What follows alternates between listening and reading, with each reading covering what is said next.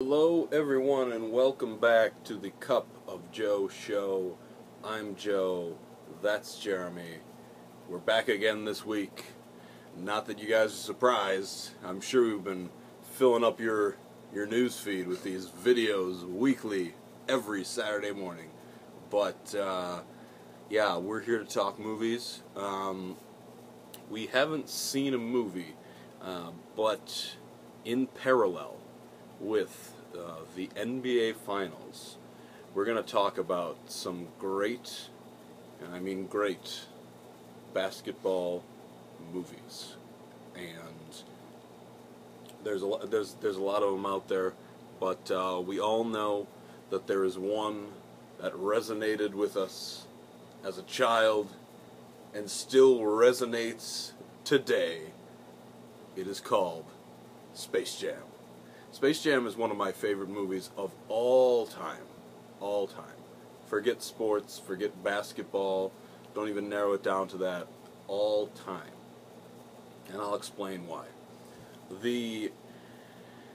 This movie came out in 1996, and when I was 6, so this is a movie that I obviously saw first as a child, and it was incredibly entertaining then.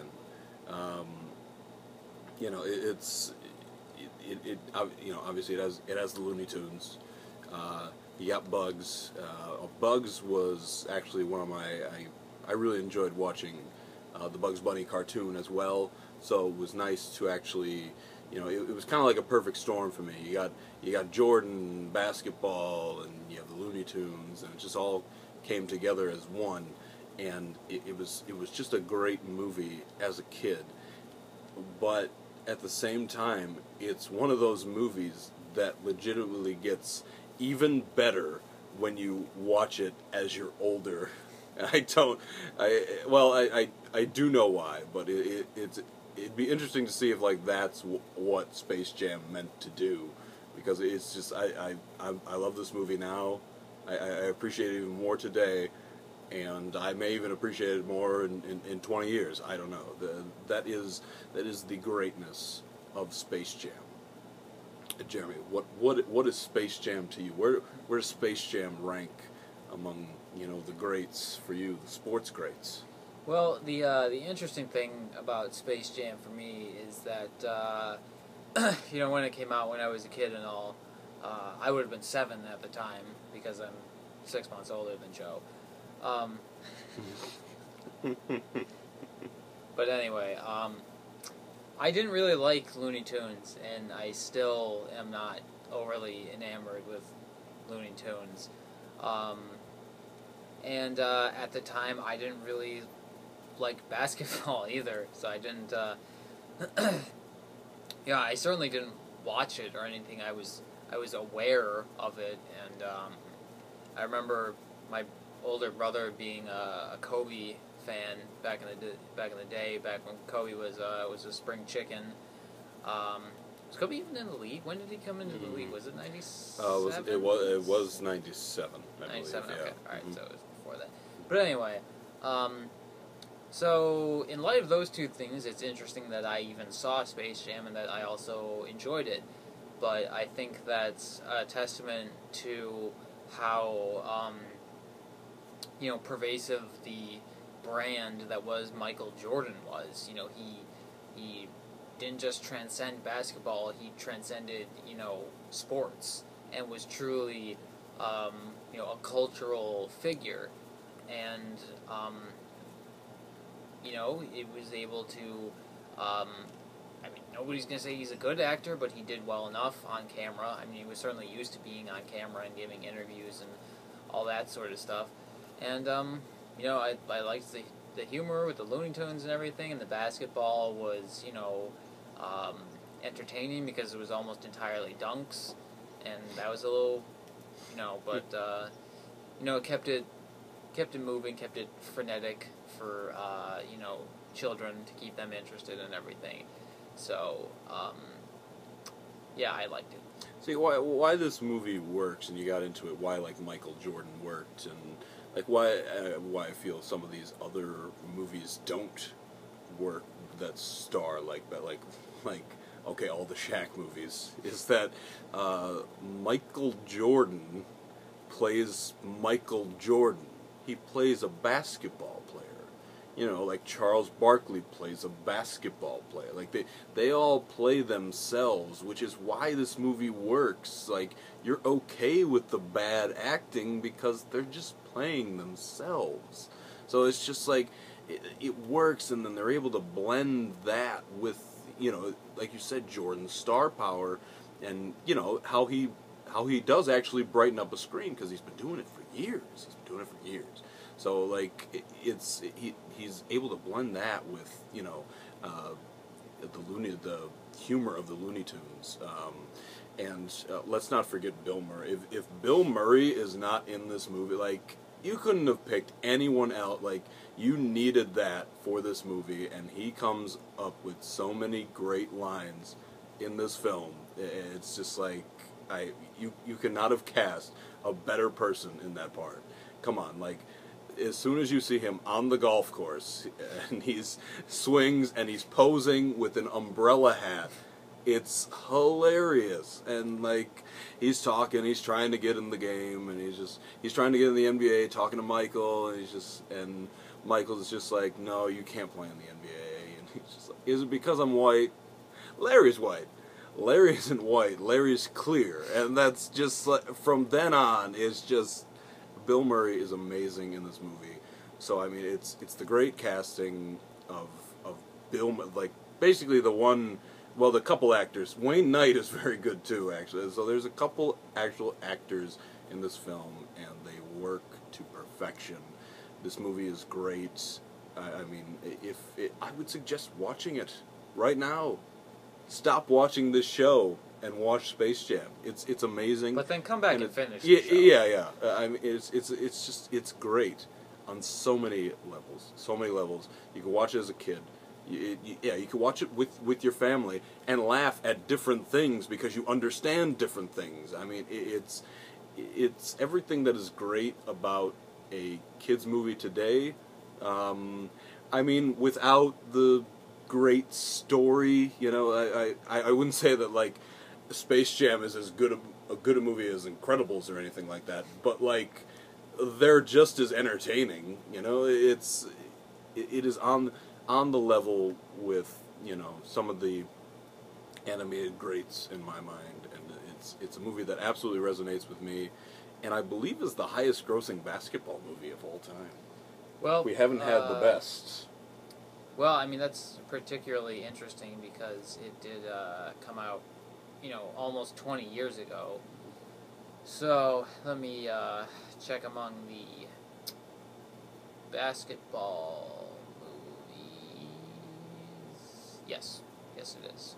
Yeah, number one. I think it was like 94 million or something like that. 90. 90. And there second you go. is White Men Can't Jump, which came out in 1992. That's another solid flick. But yeah, no. We just wanted to, I just wanted to talk about Space Jam. We haven't seen movies, so it's been on VH1. Just watched it. I've actually watched it a couple times this week, so I mean, it's been a great week, is basically what I'm saying. Anything awful could have happened in Space Jam. I've watched it twice, and wow, what a week this has been. So, you know, get it at Walmart, $5 bin. It's got to be there. Just get it and watch it. It's amazing. NBA Finals. You can watch that too. Root against LeBron. All right. On to the real stuff. Jeremy. Okay. It's box office time. That it is. All right. Let's start with number 5, as we always do for last weekend, which was the post-Memorial Day weekend. So at the number 5 spot, we had Avengers: Age of Ultron. That fell 47%, made 11.4, brought its total to 427.6 million. And again, those numbers are absolutely fantastic, and they only don't look that great compared to the original Avengers. So I still think Age of Ultron can inch its way to 450, and it would also just edge out The Dark Knight Rises if it did so. Fourth place, Mad Max Fury Road. Down 43%. This grossed $14.2 million and has a total of $116.5 million. So, Mad Max continues to do pretty alright for itself, I gotta say. I did just notice that the budget is $150, which is quite a lot of money, but I think worldwide it should still turn a profit because it's doing pretty well overseas. Yeah, I think it's doing gangbusters. Right? Yeah, I think it's like 300 million worldwide now, or something more than that. Something probably. Fair. Third, Tomorrowland. That fell 57% to 14.3. A total of 63.7 million. I know this is coming off, a holiday weekend and everything, but for, a supposedly, family movie, and especially one that opened, so disappointingly low, that drop, is a bit, concerning. And so, Tomorrowland, clearly just not catching on, only has, about 64 million, compared to a budget of 190. So, and it's not like it's doing, all that well overseas either. So, best case scenario, 250 worldwide, probably not even that much. So this is going to be a loss for Disney. But again, they're fine. That's true. They don't care. But this is a movie Disney expected to do gangbusters. I'm going to keep using that. Okay. That's going to be my word of the day. I don't even know if I'm using it correctly. No, as far as I know, it works. Beautiful. All right. Number 2, Pitch Perfect 2. That fell 52% to 14.8 million, has a running total of 147.5. That is, now more than twice the gross of the original Pitch Perfect. This could probably finish with 165, 170-ish, which is over 100 million more than the original. I gotta say, I'm pretty curious now. I feel like I have to see at least the first movie, if not both of these. So, yeah. Gangbusters. Gangbusters. And our number 1 movie was San Andreas. That opened to 54.6 million. And I gotta say, just 2 or 3 weeks ago, I thought San Andreas was gonna flop. I seriously thought it was gonna open to half of that, in somewhere in the 20s. But I gotta say, I'm pretty impressed. I would chalk it up a lot to The Rock. People love him. He's a charismatic guy. He's a draw. People like seeing him in movies. Then again, a lot of his solo projects haven't, done that well. So I really like The Rock. So in a sense, I'm happy to see that San Andreas broke out. But the disaster movie genre does tend to do pretty well. Just look at 2012, The Day After Tomorrow, Twister. That's going way back, but I'm trying to think of other disaster movies. But anyway, people seem to like seeing, famous landmarks and cities and places get destroyed. It's fun for some reason. But anyway, yeah, that's a really good opening. As we got closer to the release date, I was thinking, okay, this might be in the 40s, but nearly 55 million. That's a really, really good start. And with that, obviously 100 million is pretty much guaranteed. It's hard to tell exactly where it might end up in the long run, but total around 140-ish is probably possible. And this is the kind of, and disaster movies also do really, really well overseas. So San Andreas is probably going to make a lot of money. What do you think it's going to do this weekend? It doesn't matter what you think. There you go. That was The Rock. Oh. Okay. That's what he used to do in wrestling, I think. Oh, okay. It was that, and do you smell what The Rock is cooking? Okay, I know. It was a joke. If I failed at the line, comment below. Give me the correct thing. But I think it was something like that. I wasn't just being really mean there. So that is the box office. We're gonna move on. We have some movies coming out that already came out this week. We have Entourage, the movie. I didn't watch the show religiously, but the few episodes that I watched were actually quite funny. It was obviously a very successful TV show. People loved it. But to me, it just, I don't know, the timing of this just feels weird. I feel like this show is like long gone.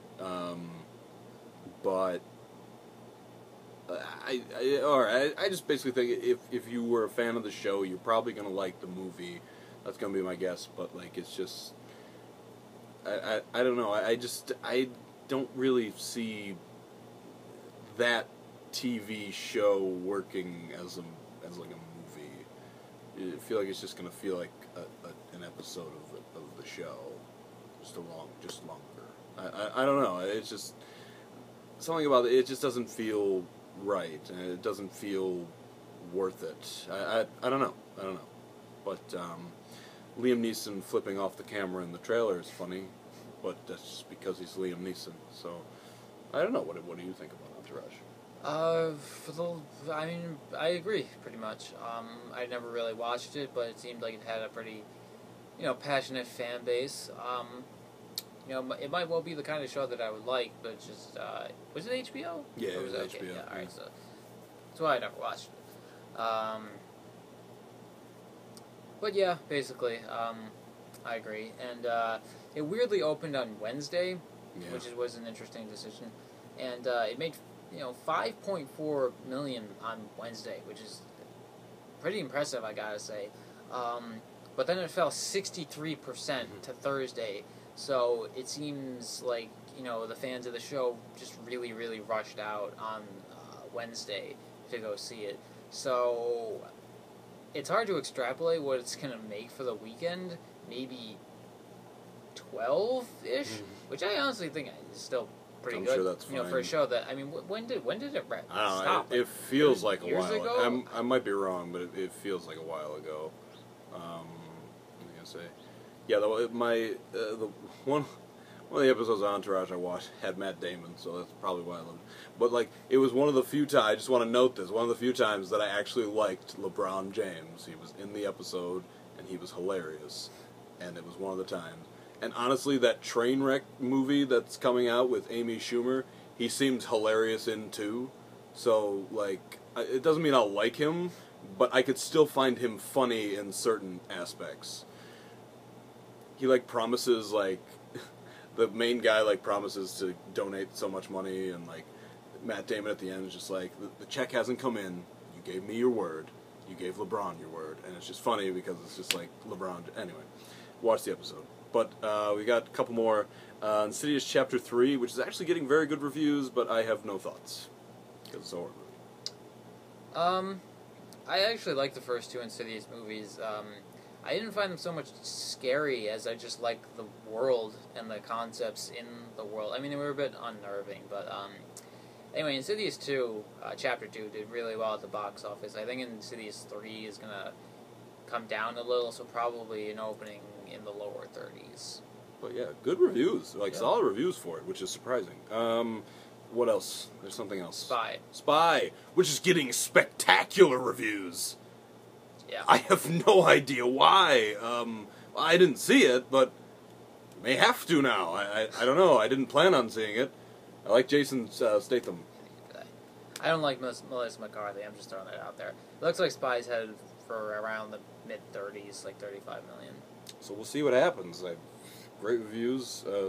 Some interesting stuff out there. see a movie. Let us know what you think.